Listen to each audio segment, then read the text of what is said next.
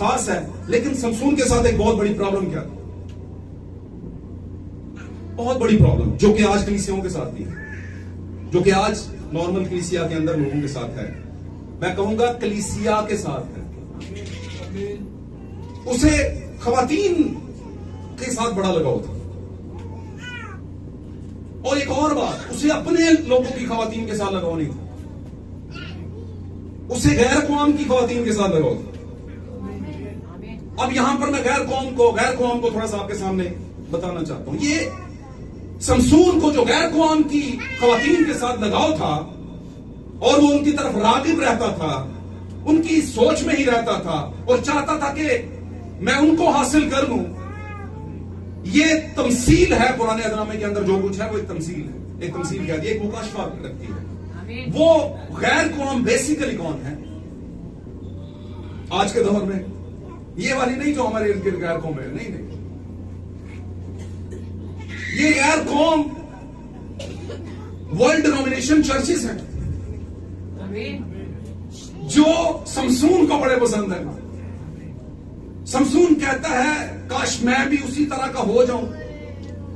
आप जानते हैं ना कि पाक कलाम में लिखा होता है कि लिखा बहुत सी जगहों पे लिखा है, जब कुछ शख्स हरामकारी का मुर्तकिब होता है तो वो दोनों एक बदन होते हैं, दोनों ही हरामकारी के मुर्तकिब होते हैं। इसी तरह जब आप खुदा के कलाम के खिलाफ जाकर किसी और तालीम को मानते हैं तो फिर भी आपको एक होना पड़ता है, फिर ही आप ऐसा होता है। हालेलुया। फिर ही आप गुनाह के मुर्तकिब होते हैं, मुर्तकिब मतलब गुनाह करते हैं। इसी तरह जब आपको लगे दिल के अंदर, पाक कलाम में लिखा है अगर किसी ने किसी औरत की तरफ बुरी निगाह से देखा तो अपने दिल में उसके खिलाफ क्या कर चुका? हरामकारी कर चुका। समझ आ रही बात? अब समसून के साथ यही हालात थे। समसून एक ऐसा शख्स जो सुपर नेचुरल है, स्पेशल वन है, अपने जमाने की मैसेज कलीसिया है, अपने जमाने के सच्चे मैसेज के साथ खड़ा है। उसकी जो बैप्टाइज बर्थ हुई है वो भी सही है। हालेलुया। बिल्कुल सही है उसकी बर्थ, उसमें प्रॉब्लम कोई नहीं। ये सुपर सही ईमान लाता है, रास्तबाज भी है और बर्थ भी सही हुई है, रुलकुच भी सही है उसके पास। लेकिन प्रॉब्लम है उसके बदन की ख्वाहिश उस पर क्या है? गालिब है। और बदन की ख्वाहिश कहती है फलस्तीनी लड़कियां जो हैं उनमें से कोई मेरी बीवी बन जाए, शरीके हयात बन जाए, आमीन, या मैं उनको हासिल कर लूं। क्यों करता था ऐसा?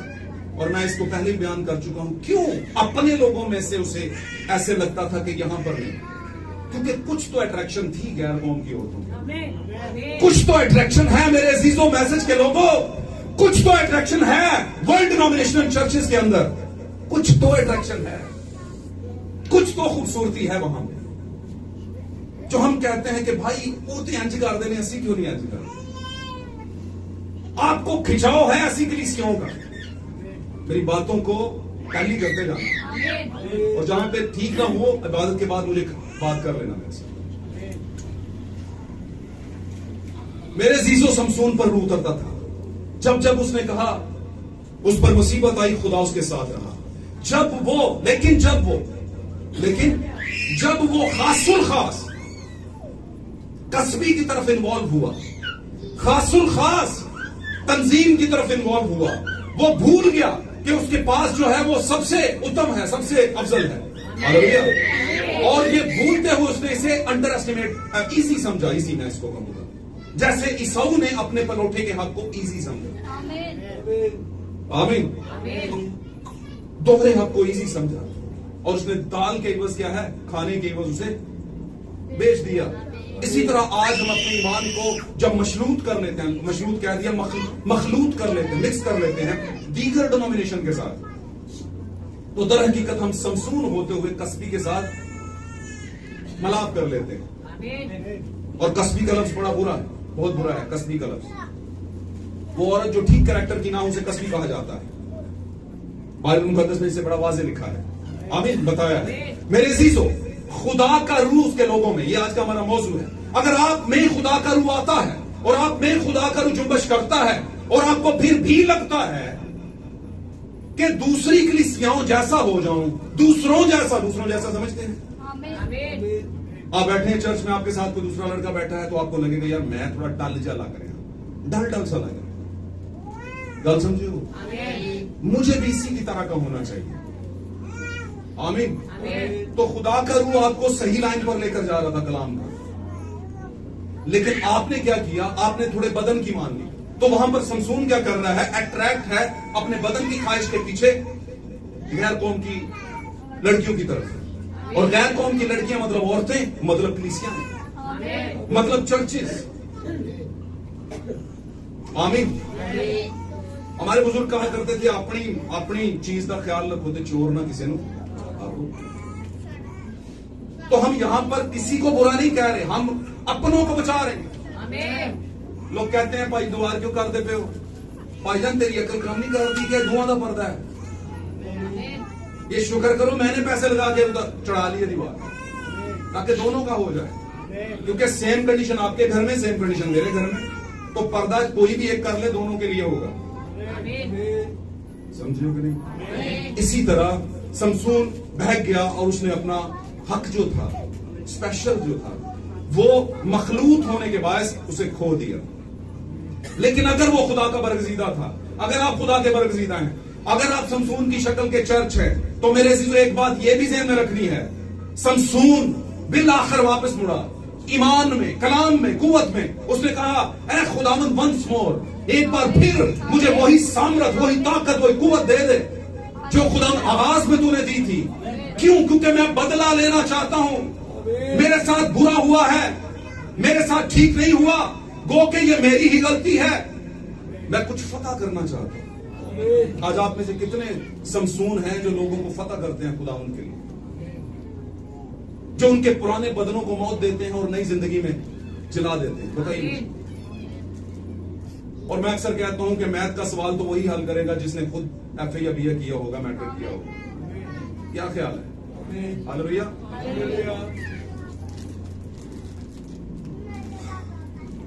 सो हम आगे बढ़ते हैं।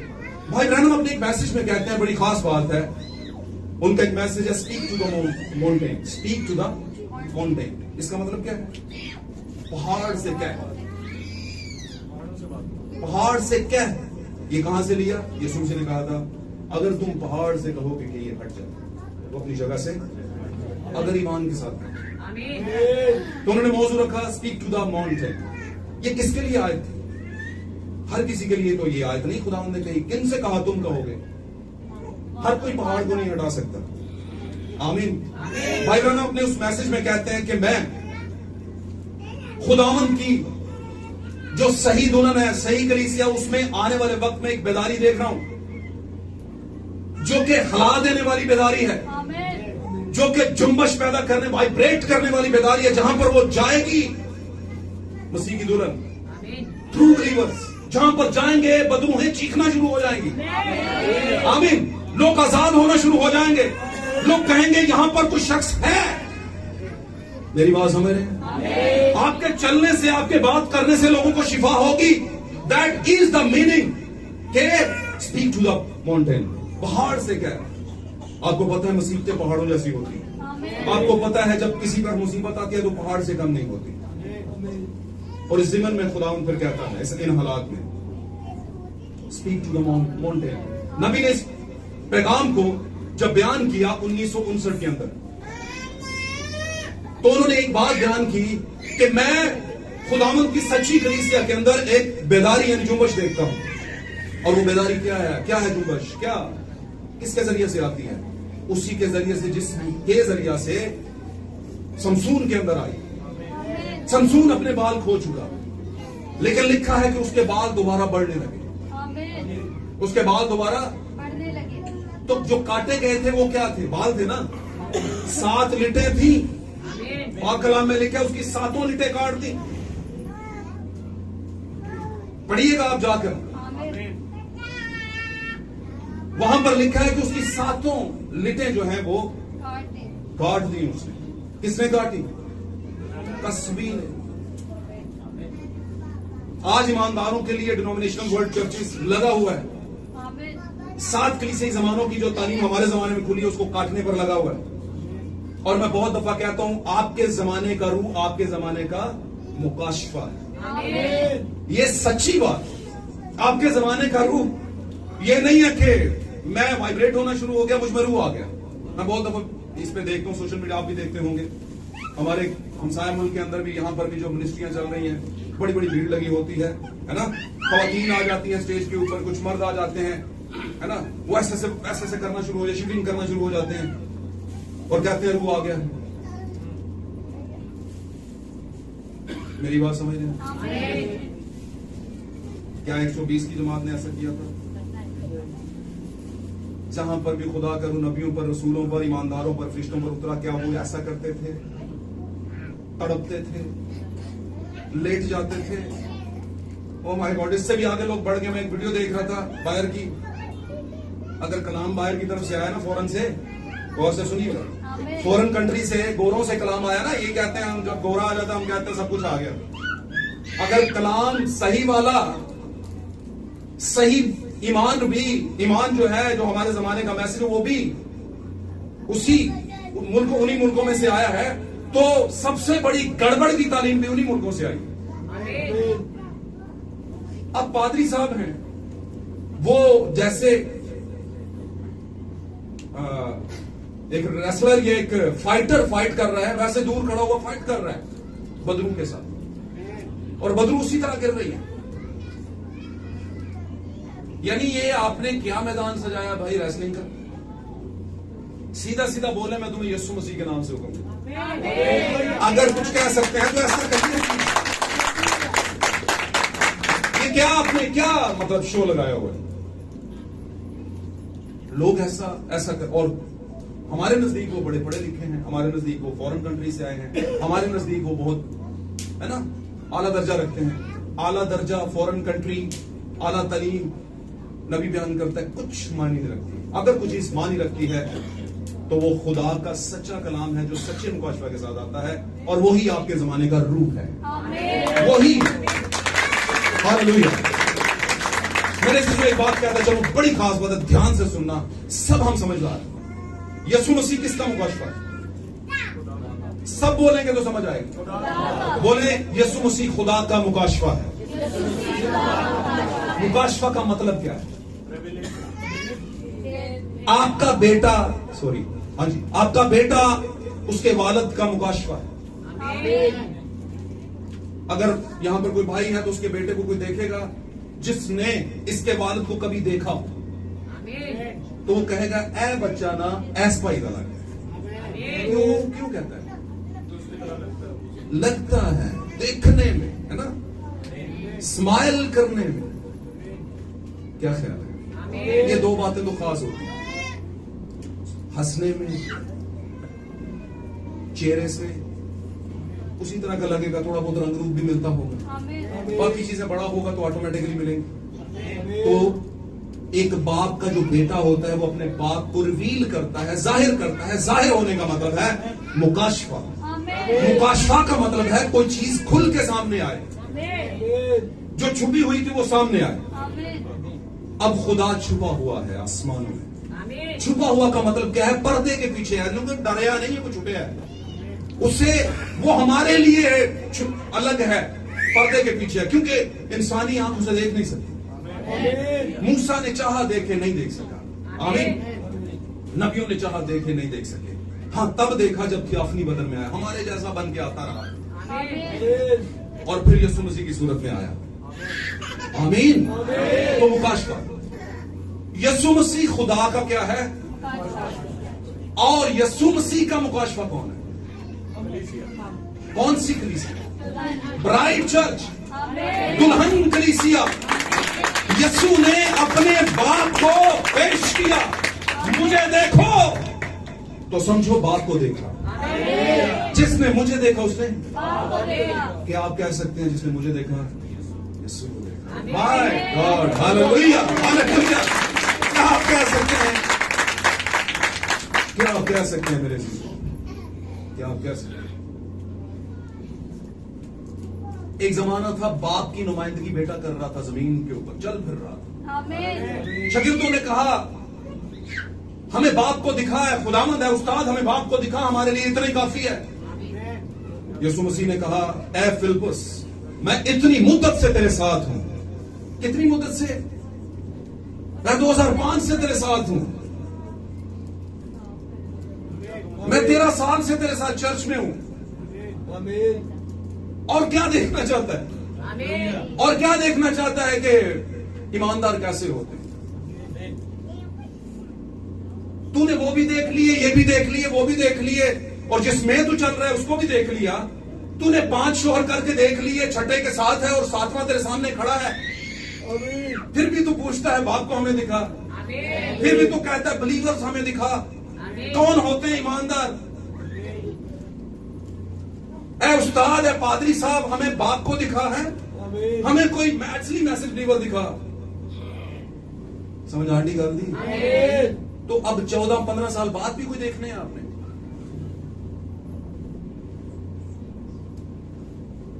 पाक कलाम में लिखा है, खुदा ने अपनी मोहब्बत की खूबी हम पर यूं जाहिर की कि जब हम गुनाहगार ही थे, हमें पता भी नहीं था कि हमारा बाप हमारे लिए इतना जबरदस्त काम कर रहा है, हमारी कीमत देता जा रहा है, दे रहा है। हमें पता, अभी हम पैदा भी नहीं हुए थे, आने वाली नस्लों की कीमत दे दी उसने। ठीक है नहीं? और जिसकी कीमत दी वो पूछता है बाप कौन है? बाप को हमें दिखा। मैं आपको आज ये कहना चाहता हूं, मेरे जीजो, इससे आगे कुछ और होता तो सबसे पहले मैं वहां पर जाता। इससे आगे कुछ नहीं होता, सच्ची कह रहा हूं। और जो इसके मुताबिक चलेगा वो ईमान से चलेगा, साइंस से नहीं चलेगा। क्योंकि बाइबल में सब बातों को आप समझ नहीं सकते, ईमान ला सकते। जहन में रखिएगा। मैं एक बात जरूर बताऊं, पाक कलाम में वादा है, कोई भी चीज जो इस कलाम में लिखी गई है एक भी छुपी नहीं रहेगी। यह खुदा का वादा है। लेकिन कब नहीं छुपी रहेगी? जब तक आप उठाए नहीं जाते, तब तक ये खुलती रहेंगी बातें। तब तक ये मुकाशफात आपको खुलते रहेंगे। हालेलुया। क्योंकि खुदा आपको तैयारी दे रहा है। जब तक आप पूरी ड्रेसअप नहीं होंगी, दुल्हन प्राइड की बात कर रहा हूं, प्राइड ऑफ जीसस की बात कर रहा हूं, जब आप पूरी तरह अपनी तैयारी में नहीं होंगी, यीशु आएगा भी नहीं। वो लेके भी तब ही जाएगा जब तैयारी पूरी होगी, जब पूरे मुकाशफात खुल जाएंगे। हालेलुया। मेरे जीजों, यीशु मसीह खुदा का मुकाशफा, और यीशु मसीह अपने जमाने का रूह था। यीशु मसीह अपने जमाने की खिदमत था। यीशु मसीह अपने जमाने का रेवलेशन था। आमीन। जो यीशु ने कहा कि तुम्हारे बाप दादा ने एक रेवलेशन खाया था, एक मन खाया था, उसके खाने के बावजूद भी क्या हो गए? मर गए। आमीन। लेकिन मैं हूं वो रोटी जो आसमान से उतरी है, रेवलेशन ऑफ गॉड। मैं खुदा का मुकाशफा, जो कि मुझ में से खाएगा, जो इस मुकाशफा टाइम रेवलेशन में से लेगा, वो अब तक क्या रहेगा? जिंदा रहेगा, और उस पर मौत का इख्तियार बाकी नहीं रहेगा।